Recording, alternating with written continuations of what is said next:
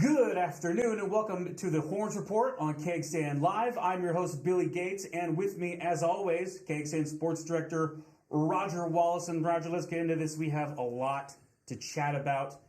Just released Monday, the Big 12 All-Conference Baseball team. And there's another Longhorn as the Player of the Year this season, Max Ballou. You wouldn't probably have figured it out after last season with Ballou in his freshman year, but my goodness, his sophomore season has been one to remember, Roger. I mean, just kind of what do you think about his turnaround from this season? It's been pretty remarkable. Yeah, it's a great story in an age where maybe a guy that was as highly touted as he was last year coming out of Aledo might have sought a fresh start. Started 4 games, played in 15, had 20 at bats. Okay, things aren't going so well. Maybe I'm going to look for a new place. And we saw that with Gavin Cash a few years ago. And obviously he had a big sophomore year at Texas Tech. Ballou hung in there. And then he's put up monster numbers. And, Keith Moreland and I were talking when we were on the road with him in Orlando that maybe this guy will win the Player of the Year. There wasn't a clear-cut pick from Oklahoma. And as Texas inched up the standings, you had to consider what Ballou has done across the board defensively. J.J. Weatherholt from West Virginia missed a lot of time.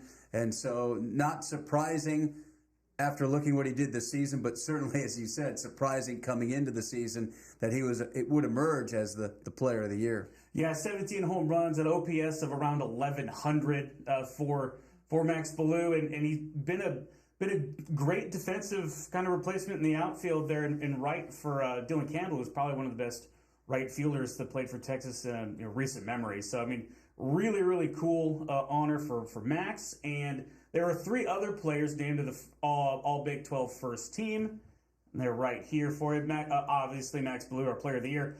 First team, Jalen Flores and Jared Thomas, both named as first team infielders. Gage Boehm, another guy, and I just spelled his name wrong on that. Gage Boehm, 8 saves this season, kind of emerged from the bullpen as their stopper. And again, another guy who maybe perhaps wasn't projected to be that sort of guy for the Longhorns. Yeah, and he kind of struggled this past weekend against Kansas, losing the lead. But yeah, he has emerged not only a closer, but a guy that can get extended out 2+ innings. We saw it on a number of occasions, including Central Florida. Jared Thomas earlier in the year, Billy, you figure, well, he might be the guy that would rival for Player of the Year. Jalen Flores, I know there's a lot of discussion about him as an All-American shortstop. He was a midseason All-American shortstop.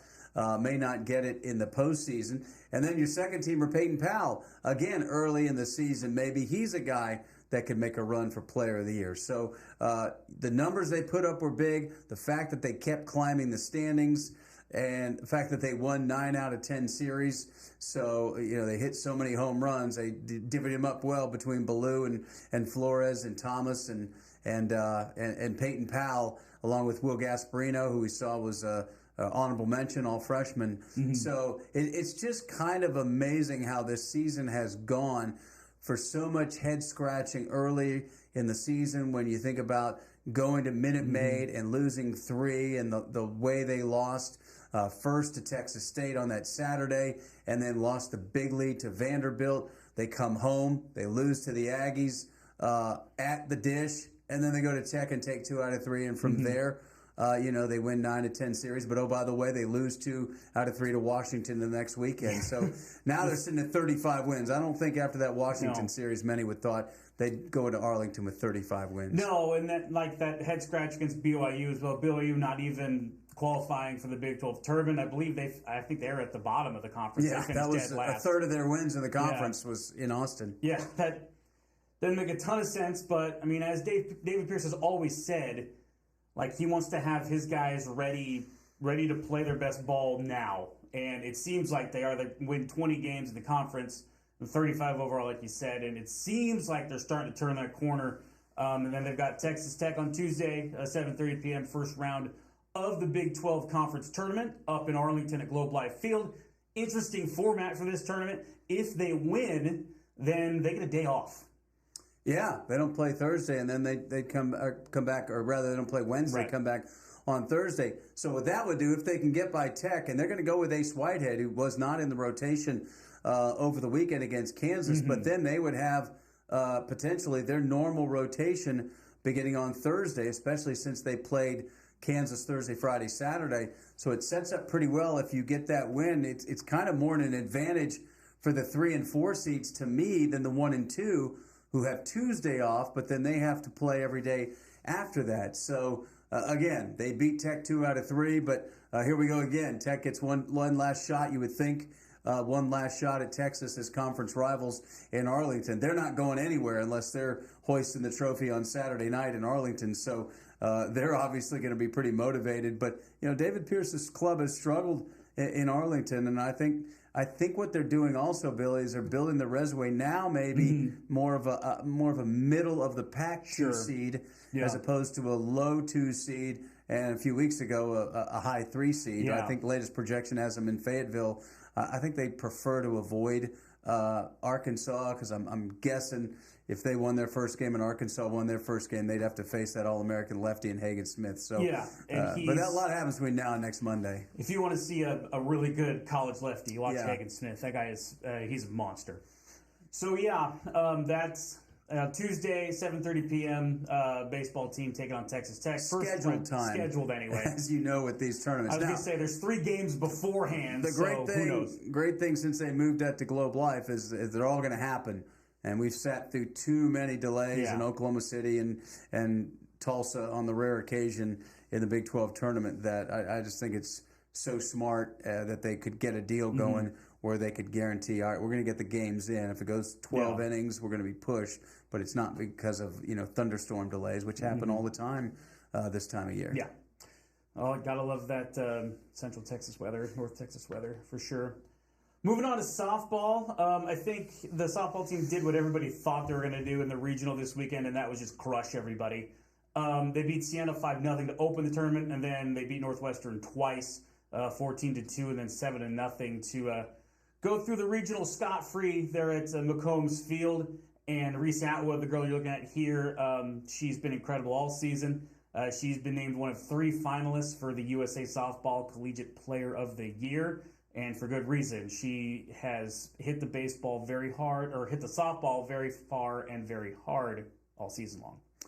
Yeah, and it's a team that, Mike White wasn't happy with them on Friday with their win over Siena. You mentioned that. And then they took care of Northwestern twice, a run rule, and then dominating performance. And now they get the Aggies. How about that? Their last hurrah in regional play before going to the SEC. And they not only get an SEC school, but they get the Aggies, a team that hadn't advanced in the softball tournament since 2018. They played them in the fall, which obviously has nothing to do with this year's matchup, this spring's matchup. But kind of fitting. I think that maybe not fitting, but coincidence that they're going to have to get through A&M to get to Oklahoma City, and then you start looking ahead. And if they get to Oklahoma City, do they have to get through OU to hoist the national championship trophy? I think the selection committee was thinking of TV when they paired this, because maybe Texas A&M could have been a couple seats higher in the bracket, but. They saw the moment to get, potentially Longhorns and Aggies in the Lone Star State Showdown one more time, and they got it. Yeah, so best of 3 series. Winner goes to Oklahoma City Friday, Saturday, and then Sunday if needed. So, this is it. This is a team that's been number 1 since they beat Oklahoma in the series. So, the unfortunate part of that, Billy, is that the only success comes from at least getting to Oklahoma City and have a chance to win the national championship. Once he gets there, realize a lot of things can happen. But I imagine they probably feel a little bit of pressure, and they talked about being loose after Friday's game. And they seem to respond pretty well on Saturday and Sunday. Yeah, and it just seems like it's a collision course with OU and Texas getting to that final there in Oklahoma City. They're in the Sooners' backyard at the ASA Hall of Fame Stadium. But then again, who knows? Something weird might happen. Softball's kind of a crazy game sometimes. You get one hot pitcher, and a team can ride that through the tournament. Think of James Madison, what they did a few years back. It's one of those deals, too. Yeah, and the Aggies have an outstanding pitcher that they've given him 23 complete games. Yeah. Texas is more of a by-committee staff. So, again, Emily Kennedy, she gets hot this weekend, and it could be tough on the Longhorns. We'll see. Could be. Now, one more thing I wanted to get to before we ended the show. Yesterday, an end of an era in Longhorn sports happened. The final sort of support beams of the Frank Erwin Center were yanked down to the ground. We've got some video of it here. Let's see if I can pull it up. But let's see here. Where are we? There we are. So this will take a little bit. We'll actually just swing it over to Roger here to get the full photo. What they did was they took there's some cables tied to those excavators, and they just basically yanked a piece out of here we go. So they yank a piece out of the structure there, and everything comes tumbling to the ground. It wasn't like an explosion or anything. But let's look at that. Like it's all gone now. It was a long process to knock down the Erwin Center as they make way for more of the Dell Children's Hospital there on the UT campus, or the Dell Medical Center rather. Yeah, the Dell Medical Center. But yeah, I mean, it's funny because everybody's got fond memories, but nobody really liked it as a basketball venue. Once it became a little more outdated and new venues were popping up, more fan-friendly venues, but certainly with the history it's had over the last nearly 50 years, everybody's got their favorite memories. I think of a few. They beat Kansas, and they stormed the court. Chris Mim back in late 90s with Texas. North Carolina, early in Shaka's career, Javon Felix hits a shot at the buzzer off a miss. They had to review it, so they celebrate twice. But really what sticks out the most to me, Billy, is Andrew Jones's return from cancer. Sure. When he came back, and Texas was able to, after he was diagnosed and left the team, they beat TCU. TCU had a chance at a run-out bucket at the buzzer. It didn't go in. You kind of feel like maybe there was some forces against it. And then Andrew Jones being able to come back after going through the cancer treatment, that kind of moment really resonates with me. But, so many did an arena football game there with the old Austin Wranglers on the same day Phil Mickelson won his first Masters. Oh, wow. So what a day. Yeah, I didn't go to many concerts there, so I don't have a great concert memory, but obviously went to a lot of basketball games and a handful of arena football games. Both men's and women's basketball program played there since, it was built in, 77? Yep. Won more than 500 games, each program did. And like you said, kind of cavernous when it came to basketball. I mean, it had a capacity of 15, 16,000 for basketball, something like that, where now they have at Moody, it's around 10, kind of creates a little more intimate atmosphere there in Moody, the replacement for the Erwin Center. And the interesting bit of trivia about Erwin Center, so like you mentioned, they hosted a bunch of concerts there. It's a special events center is how it's named from the university standpoint. The highest attended concert, I believe it was in 1978 or 79, it was John Denver. He drew almost 18. They almost packed 18,000 people in that place for John Denver. It was a Rocky Mountain High in Austin that day. Yeah, must have been. Well, they put them on the floor so they can they can cram a lot of more people in there. Yeah, it's cool. You walk around the concourse and you saw the pictures of all the performances there. I didn't mention Kevin Durant, but obviously in his 1 year, some pretty epic games. He had a game against Texas A&M, multiple overtimes.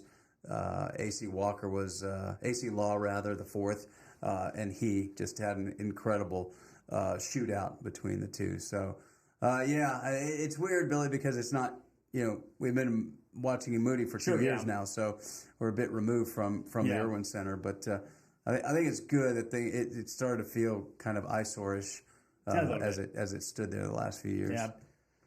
People around are going to miss the drum, even if it's just call it the drum. High school, man, the number of kids that walked through there for high school graduation. I mean, graduation weekend. It was just one graduation after the other.